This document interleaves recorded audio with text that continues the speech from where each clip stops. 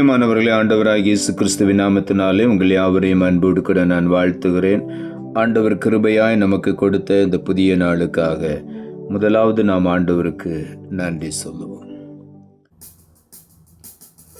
உறுதியாய் பற்றி கொண்டோ உம்மையே நம்பி உள்ளோ, உறுதியாய் பற்றி கொண்டோ உம்மையே நம்பி உள்ளோ. பூரண சமாதானம் பூரண சமாதானம் புவிதனில் தருபவரே, தினமும் புவிதனில் தருபவரே. புதிய பாடல் பாடி பாடி இயேசு ராஜாவை கொண்டாடுவோம். புகழ்ந்து பாடல் பாடி பாடி இயேசு ராஜாவை கொண்டாடுவோம். இந்த நாளுக்கு என்று ஆண்டவர் கொடுக்கிற ஒரு வார்த்தை ஏசாயா தீர்க்க தரிசன புஸ்தகம் 26வது அதிகாரம் 3வது வசனம். ஏசாயா 26:3.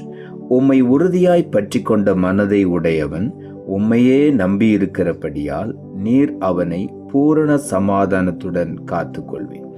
இந்த காலைவேளையில் ஆண்டவருடைய வார்த்தை சொல்லுகிறது, ஆண்டவரை உறுதியாய் பற்றி கொண்ட மனதை உடையவன் ஆண்டவரையே நம்பி இருக்கிறபடியினாலே ஆண்டவர் அவனை பூரண சமாதானத்துடன் காத்து கொள்வார் என்று இங்கே ஆண்டவருடைய வார்த்தை சொல்லுகிறது. ஆகவே இந்த காலைவேளையிலே நாம் ஆண்டவரை உறுதியாய் பற்றி கொள்ள வேண்டும். உறுதியாய் பற்றி கொள்ளும் பொழுது நிச்சயமாகவே ஆண்டவர் தம்முடைய சமாதானத்தினாலே நம்மை பூரணமாய் நிரப்பி காத்து கொள்வார்.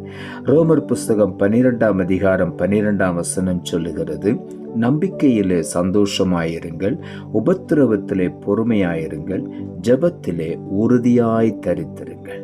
ஆண்டவரை உறுதியாய் பற்றி கொள்ளுவதற்கு நாம் செய்ய வேண்டிய காரியம் ஜெபத்திலே உறுதியாய் தரித்திருக்க வேண்டும். நாம் இன்னும் இடைவிடாமல் ஜெபிக்க வேண்டும், உறுதியாய் ஜெபிக்க வேண்டும், விசுவாசத்தோடு எதிர்பார்ப்போடு நாம் ஜெபிக்க வேண்டும். அப்படி நாம் ஜெபிக்கும் பொழுது நிச்சயமாகவே ஆண்டவர் நம்முடைய நம்பிக்கை ஒரு நாளும் வீண் போகாதபடி காத்து கொள்வார். ஆகவே இந்த காலை வேளையில நாம் ஜெபத்திலே உறுதியாய் தரித்திருப்போம். அவரை அப்படியே நாம் பற்றி கொள்ளுவோம், உறுதியாய் பற்றி கொள்வோம். ஜெபத்தின் மூலமாக ஆண்டவரை நாம் உறுதியாய் பற்றி கொள்ளும் பொழுது நிச்சயமாகவே பூரணமான ஒரு சமாதானத்தை நாம் பெற்றுக்கொள்வோம். யோபு புஸ்தகம் 2ஆம் அதிகாரம் 3ஆம் வசனத்தின் பிந்திய பகுதி சொல்லுகிறது, முகாந்தரம் இல்லாமல் அவனை நிர்மூலமாக்கும்படி நீ என்னை ஏவின போதிலும் அவன் இன்னும் தன் உத்தமத்திலே உறுதியாய் நிற்கிறான் என்று ஆண்டவராகிய தேவன் யோபுவை குறித்து சாத்தானிடத்திலே சொல்லுகிறார். சாத்தான் யோபுவை சோதிக்கும்படி ஆண்டவரிடத்தில் அனுமதி கேட்டு வந்தான். அப்பொழுதுதான் ஆண்டவர் சொன்னார், அவனை முகாந்தரம் இல்லாமல் நிர்மூலமாக்கும்படி நீ என்னை ஏவினாய், அப்பொழுதும் கூட அவன் தன்னுடைய உத்தமத்திலே உறுதியாயிருக்கிறான் என்று ஆண்டவர் சொன்னார். யோபு இன்னும் தன்னுடைய உத்தமத்திலே உறுதியாயிருக்கிறான். எல்லாவற்றையும் இழந்து விட்டான், ஆனாலும் கூட அவன் உத்தமத்திலே உறுதியாயிருந்தான். அப்பொழுதுதான் என்னுடைய மனைவி வந்து சொல்லுகிறார், இன்னும் நீர் உன்னுடைய உத்தமத்திலே நிலை நிற்கிறீரோ, நீ தேவனை தூஷித்து ஜீவனை விடும் என்று சொல்லுகிறார். அந்த சூழ்நிலையிலும் கூட யோபு பாவம் செய்யவில்லை. அவன் சொல்லுகிறான், நாம் ஆண்டவரிடத்திலிருந்து நன்மையை பெற்ற நாம் தீமையும் அனுபவிக்க வேண்டாமோ என்று சொல்லுகிறான். அவ்வளவாய் யோபு ஆண்டவர் மேல் பற்றுதலாயிருந்தான். ஆண்டவரை உறுதியாய் பற்றி கொண்டான். என்ன உபத்திரவங்கள் பாடுகள் வந்தாலும் கர்த்தர் என்னை கைவிட மாட்டார், நான் ஒரு நாளிலே அவரை காண்பேன் என்று அவன் சொல்லுகிறான்.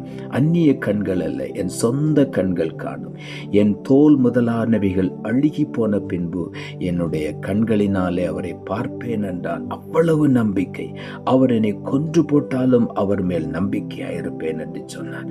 அவ்வளவாய் யோபு ஆண்டவர் மேல் பற்றுதலாயிருந்தான், அவரை உறுதியாய் பற்றி கொண்டான். ஆகவே யோபு இழந்த எல்லாவற்றையும் 2 மடங்காக திரும்ப பெற்றுக்கொண்டான். இந்த காலை வேளையில கூட ஆண்டவர் யோபுவை குறித்து சொல்லுகிறார். முகாந்திரமில்லாமல் அவனை நிர்மூலமாக்கும்படி நீ என்னை ஏவின போதிலும் என்று சாத்தானிடத்தில் சவால் விடுகிறார். அவன் இன்னும் தன் உத்தமத்திலே உறுதியாய் நிற்கிறான். இந்த காலை வேளையில நாம் உத்தமமாய் ஆண்டவரை உறுதியாய் பற்றி கொண்டோமானால் நிச்சயமாகவே பூரண சமாதானத்தை நாம் பெற்றுக்கொள்வோம். சங்கீதங்களின் புஸ்தகம் 9ஆம் அதிகாரம் 10வது வசனம் சொல்லுகிறது, கர்த்தாவே, உம்மை தேடுகிறவர்களை நீர் கைவிடுகிறதில்லை. ஆதலால் உமது நாமத்தை அறிந்தவர்கள் உம்மை நம்பியிருப்பார்கள். இங்கே தாவீது எழுதுகிறார், உம்மை தேடுகிறவர்களை நீர் ஒருபோதும் கைவிடுகிற தேவன் அல்ல.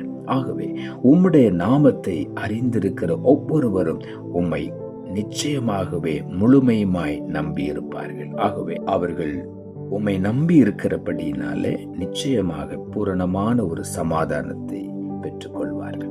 சங்கீதங்களின் புஸ்தகம் 37ஆம் அதிகாரம் 5ஆம் வசனம் சொல்லுகிறது, உன் வழியை கர்த்தருக்கு ஒப்புவித்து அவர் மேல் நம்பிக்கையார், அவரே காரியத்தை வாய்க்க பண்ணுவார். கர்த்தருக்கு ஒப்புவித்து, நம்முடைய வழிகளை கர்த்தருக்கு ஒப்புவித்து கர்த்தர் மேல் நம்பிக்கையா இருக்கும் பொழுது நிச்சயமாக நம்முடைய காரியங்களை ஆண்டவர் வாய்க்க பண்ணுவார். ஆகவே இந்த காலை வேளையிலே எதை குறித்தும் கவலைப்படாதபடி, பாரப்படாதபடி கர்த்தரை முழுமையுமாய் உறுதியாய் நாம் பற்றி கொள்வோம். நிச்சயமாகவே நாம் ஒருபோதும் கைவிடப்பட மாட்டோம். ஆண்டவர் பூரண சமாதானத்துடன் நம்மை காத்துக் கொள்வார். சங்கீதங்களின் புஸ்தகம் 147ஆம் அதிகாரம் 14ஆம் வசனம் சொல்லுகிறது, அவர் உன் எல்லைகளை சமாதானமுள்ளவைகளாக்கி உச்சிதமான கோதுமையினால் உன்னை திருப்தியாக்குகிறார். ஆண்டவர் நம்முடைய எல்லைகளை சமாதானமுள்ளவைகளாக்குகிறார். மாத்திரமல்ல, உச்சிதமான கோதுமையினால் நம்மை திருப்தியாக்கி கொண்டே இருப்பார். இந்த காலை வேளையில ஆண்டவரை நாம் உறுதியாய் பற்றி கொள்ளும் பொழுது அவர் தம்முடைய சமாதானத்தை பூரணமாய் நமக்கு வெளிப்படுத்தி பூரண சமாதானத்தோடு கூட நம்மை பாதுகாத்து கொள்வார். அது மாத்திரமல்ல, உச்சிதமான கோதுமையினாலே நம்மை திருப்தியாக்கி ஆசீர்வதிப்பார். ஆகவே இந்த காலை வேளையில எதை குறித்தும் சோர்ந்து போகாதபடி, ஒருவேளை இந்த காலை வேளையிலே நீங்கள் சமாதானத்தை இழந்து போயிருந்திருக்கலாம், பல சூழ்நிலைகளில் சோர்ந்து போயிருக்கலாம். இந்த காலை வேளையில் ஆண்டவர் சொல்லுகிறார், அவரை உறுதியாய் பற்றி கொள்ளும் பொழுது நிச்சயமாகவே பூரண சமாதானத்தை இந்த காலை வேளையில நாம் பெற்றுக்கொள்வோம் என்று ஆண்டவர் சொல்லுகிறார். ஆகவே உள்ளத்தின் ஆழத்திலிருந்து நாம் ஆண்டவருக்கு நன்றி சொல்லுவோம். நாம் ஜெபிப்போம். அன்புள்ள ஆண்டவரை, கிருபையா நீர் கொடுத்த இந்த புதிய நாளுக்காய் மறுபடியும் உமக்கு நன்றி சொல்லுகிறோம். ஆண்டவர் கொடுத்த ஜீவனுள்ள வார்த்தைக்காக நன்றி. உம்மை உறுதியாய் பற்றி கொண்ட மனதை உடையவன் உம்மையே நம்பி இருக்கிறபடியால் நீர் அவனை பூரண சமாதானத்துடன் காத்துக்கொள்வீர் என்ற வார்த்தையை கொடுத்தீர். வசனத்தை கேட்டுக்கொண்டிருக்கிற ஒவ்வொருடைய வாழ்க்கையிலும் எந்த சூழ்நிலையில சமாதானத்தை இழந்து போய் வேதனையில, துக்கத்துல, கவலையில இருக்கிறார்களோ, இந்த காலை வேளையில ஆண்டவர் அவர்களை பூரண சமாதானத்துடன் காத்துக்கொள்வீராக.